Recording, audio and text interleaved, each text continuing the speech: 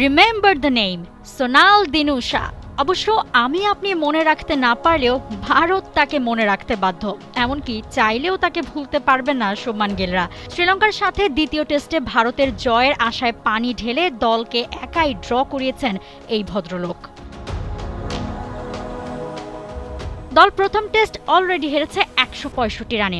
দ্বিতীয় টেস্টে ভারতের করা ৫০৩ রানের পাহাড়ে চাপা অবস্থায় ব্যাটিংয়ে নেমে ২৯০-এ গুটিয়ে গিয়ে লঙ্কানরা পড়ল ফলো অনে, সেখান থেকে আবারও ব্যাটিংয়ে।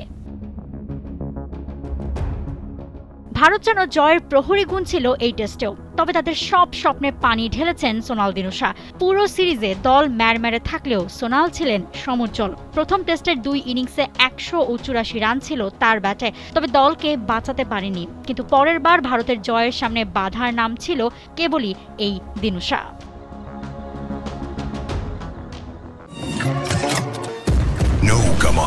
মশা দিবসে এক্সট্রিম সমাধান। ফলোঅনে পড়া ম্যাচের ২ ইনিংসেই তার ব্যাটে সেঞ্চুরি। প্রথম ইনিংসে ১০৩ রানে আউট হবার পর দ্বিতীয় ইনিংসে ১৩৩ রানে আনবিটেন থেকে দলকে হার থেকে বাঁচিয়েছেন ম্যাচ ড্র করে। টেল এন্ডাররাও দারুণ সঙ্গ দিয়েছেন তাকে, বিশেষ করে লাহিরু কুমারার ৯০ বলে করা ১২ রানের প্রতিরোধী ইনিংস। ৯ উইকেট হারিয়েও লড়েছেন দিনুশা। শেষমেশ ৪২৯ রানে দাঁড়িয়ে পঞ্চম দিনের খেলা শেষ করে লঙ্কানরা। ২ টেস্টের ৩ ইনিংসে সেঞ্চুরি ও বাকিটায় ৮৪ রান। সোনাল দিনুশাই ছিল ভারতের জন্য বড় পাহাড়ের নাম, যাকে তারা টলাতে পারেনি পুরো সিরিজ জুড়েই। দিনুশার এই সিরিজের ৪ ইনিংসে হয়েছে রেকর্ডও। ভারতের বিপক্ষে টানা ৪ ইনিংসে ৫০ রান করে তিনি জায়গা করে নিয়েছেন কুমার সাঙ্গাকারা ও অ্যান্ডি ফ্লাওয়ারের মতো তারকাদের পাশে। শুধু তাই নয়, ২ টেস্টের সিরিজে ৩টি সেঞ্চুরি করে দিনুশা এখন শ্রীলঙ্কার মাত্র তৃতীয় ব্যাটার যিনি এই কীর্তি গড়েছেন। ভারতের বিপক্ষে একই টেস্টের ২ ইনিংসেই সেঞ্চুরি করা ব্যাটারদের বিরলতম তালিকাতেও নাম উঠেছে তার।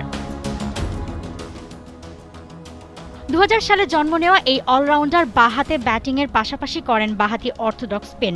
২০২৫ সালে বাংলাদেশের বিপক্ষে টেস্ট অভিষেকের পর এবার ভারতের বিপক্ষে দেখালেন নিজের সামর্থ্য। ভারত সিরিজ জিতেছে ১-০ ব্যবধানে ঠিকই, তবে এই ড্র আর সোনাল দিনুশা নামখানা তাদের নিশ্চয়ই পোড়াবে বহুকাল। মৌসুমী আলম, টি স্পোর্টস।